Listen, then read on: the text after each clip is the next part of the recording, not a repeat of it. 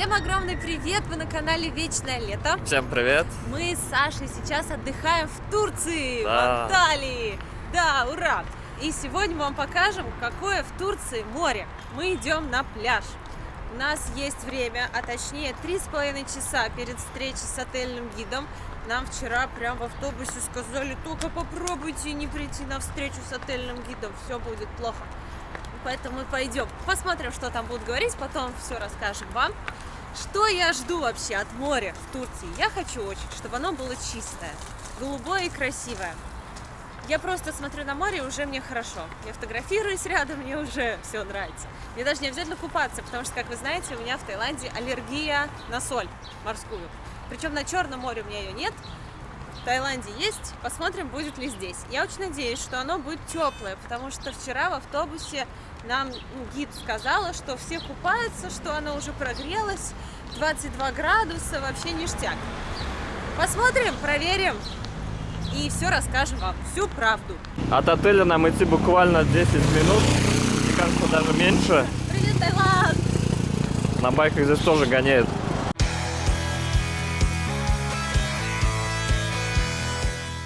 Можно сразу судить о дорогах.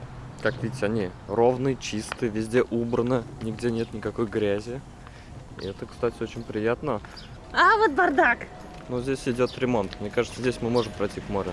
Смотрите, на улице продают уличную еду. Это такие популярные калачи. Я их еще называю крендельки. Они у них здесь повсюду. А can work see? Нет? Да. По-русски говорят. Проще сказать «да», чем послушать твой английский. Мой английский гениальный. Вы посмотрите, как красиво. Вау. Офигеть! Сейчас еще такая дымка, и мне в очках даже лучше видно, чем без очков. Какие красивые горы! А я не знала, что у вас тут так, как картинка. Как будто подставили фон, а на самом деле ничего нет. Чем-то похоже, ну вот это вот бухты, вот эти скалы, чем-то похожи на Пипидон. Ну прям чуть-чуть, знаете?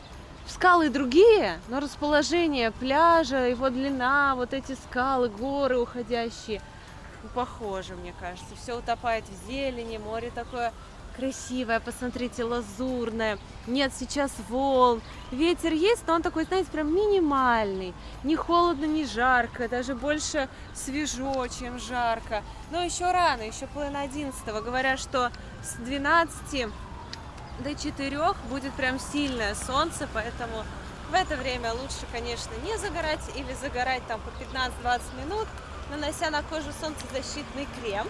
Но наша основная задача сейчас вам показать, какое же море в Турции, стоит ли вообще ради него сюда приезжать. Кстати, говорят то, что турки пристают. Вот ко мне еще ни разу не приставали. Ой, ребята, у меня сейчас настроение прям поднимается, зашкаливает. Моя радость, посмотрите, как красиво. Как все облагорожено, как все чисто. Только русские в труселях рассказывают. А так, ничто не портит картину. Вот, кстати, здесь есть трансфер от нашего отеля, но мы решили пройтись пешком, прогуляться, посмотреть, что здесь есть. Кстати, информация для девочек. Что касается воды. Вода здесь хлорированная, из-под крана пить нельзя, но она очень хорошо промывает волосы, и после нее, ну, они такие прям нормальные. И здесь нет такой повышенной влажности, как в Таиланде, мне кажется, здесь по суше. Да. И волосы не так сильно вьются, то есть здесь еще возможно накрутить бигуди, сделать какую-то укладку, и она не развалится через 2 минуты. Do you remember days when we would drift away? I never thought we'd ever say goodbye. Людей не слишком много, но даже если их будет слишком много, всем хватит места, потому что пляж просто огромный и широкая береговая линия. Но и я все не перестаю удивляться всей той красоте и ухоженности вокруг нас. Прям как, знаете, искусственный город, как будто ты гуляешь по макету какого-то города будущего, города, где все счастливы, лади-дади, аж бесит. Мы подошли еще не прям, что близко к морю, но я уже чувствую его запах. И в Турции этот запах отличается. А в Таиланде море пахнет по-другому, в России тоже по-другому. Везде по-разному, везде хорошо, просто отличается. И вот сейчас такой легкий бриз, такая свежесть. И так хорошо, ни холодно, ни жарко, потом не обливаешься. Вот я иду, мы гуляем по аллее, и я просто счастлива. Что это за аппарат? Я так понял, он собирает мусор. Вы можете взять какую-нибудь подстилку, циновку и лечь прямо на траву. И наслаждаться видом на море. Если у вас в отеле не включены завтраки, можно купить кофе, какой-нибудь кренделек, взять постилку и вдвоем здесь позавтракать, прямо на пляже. Это будет очень романтично. Посмотри, какая территория. Чистая, вылизанная.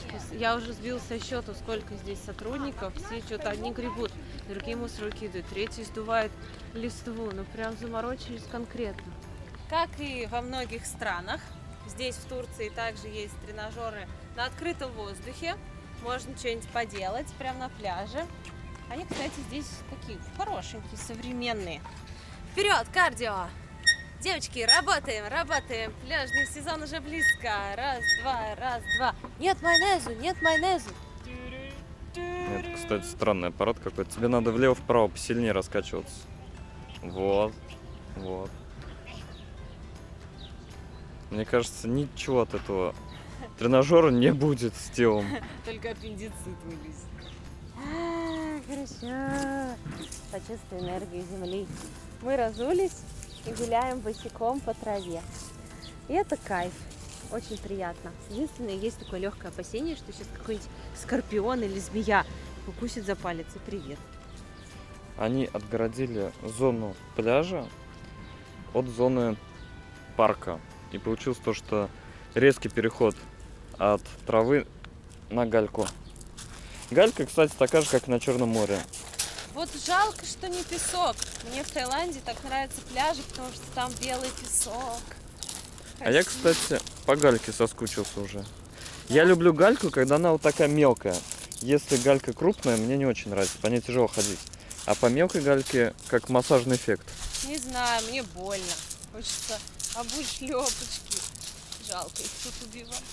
Видно то, что береговую линию просто вылезали. Буквально. Так чисто, так ровно. Мне кажется, здесь каким-то трактором прошлись. Потому что идеально ровно. Такого не бывает на самом деле. Видно, что над пляжем конкретно поработали. Все убрали, чисто, никакого мусора. Какой-то идеальный пляж. Все это странно. А посмотри в ту сторону. О, Какой он большой, какой он длинный и красивый. очень красивый. Ты так сказал, пляж вылезали буквально. Я представила, как такая толпа мужиков, и все такие: ты вылезал? Да, я свой участок вылезал. Сейчас пока утро, и галька еще не горячая. Вот часа в 2-3 она настолько раскалится, что босиком по ней ходить будет просто невозможно. Будешь так прыгать. Ай. Проверка пришла. Самолеты летают в минуту, наверное, по 2. И мы вместе с Сашей идем купаться. Все, я готова. Мне жарко, я должна клюнуть. Надеюсь, вода будет не сильно холодная. О, Лед, я пошла домой. она холодная. Нафиг. О, Это не моя температура. Я избалованная тайскими водами горячими. Я, наверное, не осилю, очень холодная. тогда придется отдуваться мне. Вода реально холодная. Мне кажется, градусов 20. Или, может, надо привыкнуть?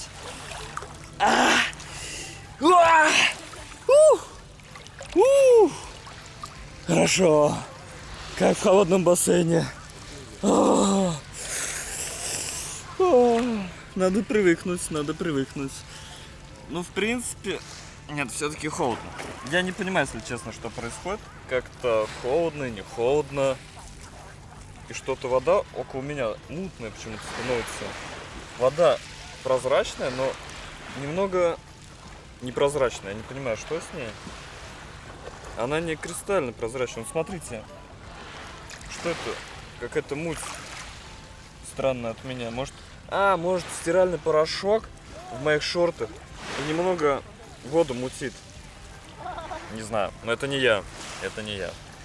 И немного я вижу какая-то белая пена и грязь, по-моему, плавает только у берега. Но это, я думаю, ерунда. Что вот за муть вот от меня идет, или от моих шорт, я не понимаю. К воде я уже почти привык. Все-таки вода прохладненькая, но купаться можно. Света, не бросайся камнями, ты что творишь?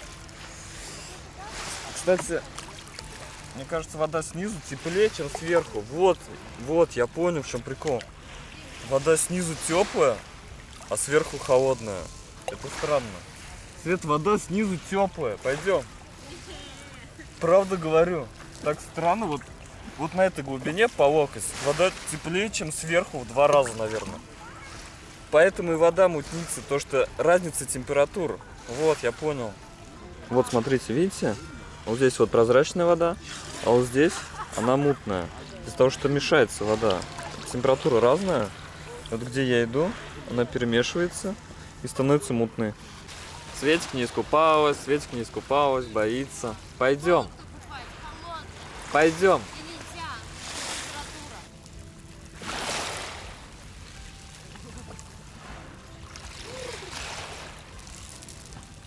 Я, кстати, в детстве очень часто ездил на Черное море. И сейчас я как будто окунулся в свое прошлое. Вот эта вот галька напоминает мне о Черном море. Чем-то похоже на Сочи, на Адлер. Но море, мне кажется, здесь чище. А я вот, кстати, в детстве никогда не ездила на море. Наш папа говорил, зачем на море? У нас Волга есть, и лодка есть. И мы всегда ездили на острова.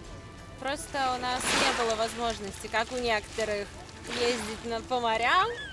Поэтому папа старался сделать все, чтобы наше детство было веселым, активным, что мы также плавали. И он нас каждые выходные возил на Волгу, на острова. И первый раз на море я попала с Сашей. Саша меня отвез в Адлер.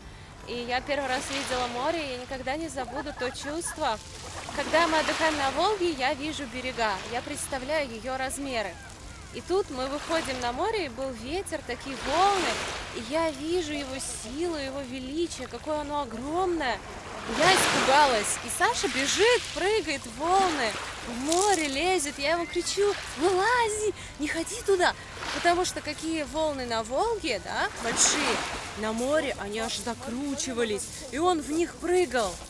Я думаю, совсем куку, ты что, куда ты лезешь, выходи. И ему пришлось приложить усилия, чтобы меня затащить в воду. Я очень испугалась тогда моря, вот как сейчас помню. Вот эти белые волны, они шибали с ног, такие дикие, безудержные. И я прям, вот это море! Вот такая вот у меня была первая реакция на него. А расскажите, где вы первый раз познакомились с морем? Света так испугалась моря, потому что была такая штормовая погода, и волны были действительно большие. 2 метра, наверное. Но я люблю на них кататься, я привык. А Света, конечно, когда их увидела, была в шоке.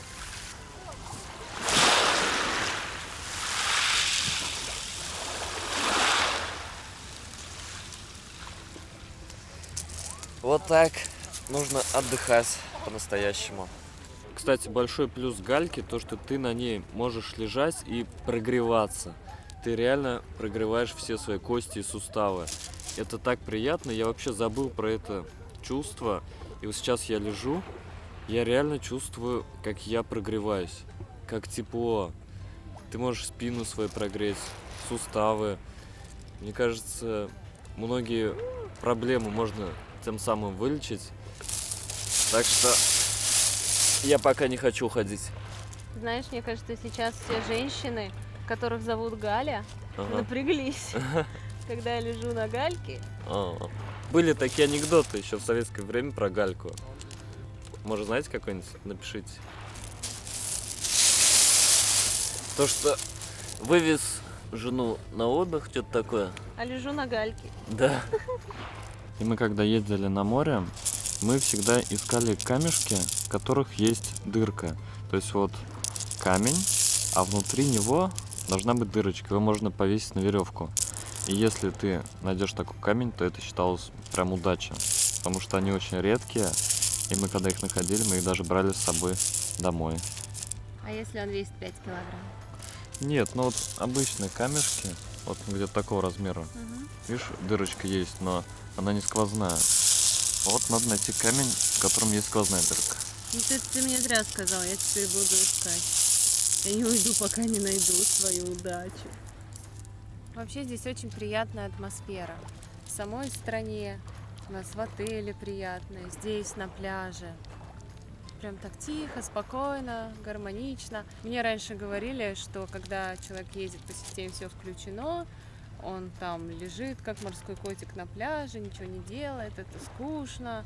Но вот представь, человек работал год, у него сложная физическая работа. И вставать в 5 утра, куда-то тащиться, лазить по горам, это для него трудно. Может, он хочет просто отключить мозг, упасть на гальку, прогреваться, слушать шум волн, есть, там плавать в бассейне, ну, по минимуму совершать телодвижение, потому что у него настолько трудная физическая работа, что он хочет просто спать в удовольствие, есть в удовольствие, валяться на пляже. Его нельзя за это ругать. Каждому свое. Кто-то, может, в офисе сидит постоянно, у него сидячая работа, ему, конечно, хочется каких-то там приключений, движников. А кто-то и так руками, ногами работает, что он просто хочет приехать, упасть и все. Не трогайте меня в ближайшие 10 дней.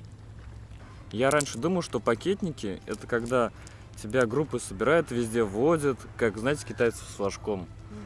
А сейчас я думаю, а в чем разница-то между пакетным туром и самостоятельным? По сути, пакетным получается просто дешевле. Тебя никто не встречает, нигде никуда за ручку не ведет. Только вот на автобусе довезли до отеля и все. Это все, что отличие от пакетного, от самостоятельного.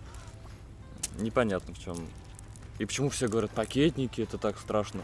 Они все приезжают, и их везде водят, и они там на пляже отдыхают. Ну, может, человек хочет приехать отдыхать на пляже. Это твой выбор. Ты можешь лежать целый день на пляже, а ты можешь где-то лазить, путешествовать там по горам, и те же экскурсии взять или по городу целый день лазить. Тебя в отеле никто не держит целый день там лежать и не выходить. Я вот не понимаю. Да, я тоже до конца не понимаю, откуда вот это негативное отношение, ну, к пакетникам. Если так дешевле, то Ну да. какая разница, как попасть в страну? Если так дешевле, и так же можно везде лазать, все делать. Никто же тебя не привязывает к лежаку в бассейне, не говорит, да. ешь, ешь, ешь. Другое дело, что многие не могут оторваться от этого шведского стола и бесплатного бара. Вот это уже другой вопрос.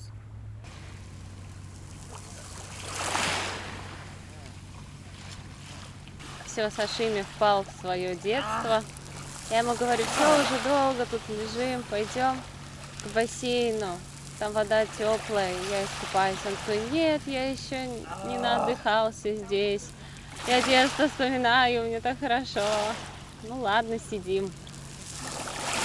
И вот он заходит такой, и все равно каждый раз заходит и купается. Куда-то поплыл. Я, кстати, слышала истории, что у многих в воде холодной ноги сводит, и они не могут плыть, как судороги начинаются. И надо при себе иметь иголку, что плавать с иголкой, что ли, чтобы себя уколоть, и тогда судороги остановятся. У меня, слава богу, никогда такого не было, но я боюсь, вдруг будет в холодной воде. Еще я боюсь отбойные течения. Я вроде бы уболтал Свету искупаться. Не знаю, сможет ли она. Она уже нагрелась. Да, она сделала это. И волосы намочила. Ну как? Чувствуешь разницу, то, что там теплое, а сверху холодное? Странно, да? Не холодно. Не, нормально, я просто отвыкла от такого. Я все жду, когда она будет плюс 30. Волосы мочились. Но такого, как в Таиланде, конечно, уже не будет. Нормально, кстати. Нормально. Давай так бодрячком. Я сижу, завидую Саше, так жарко.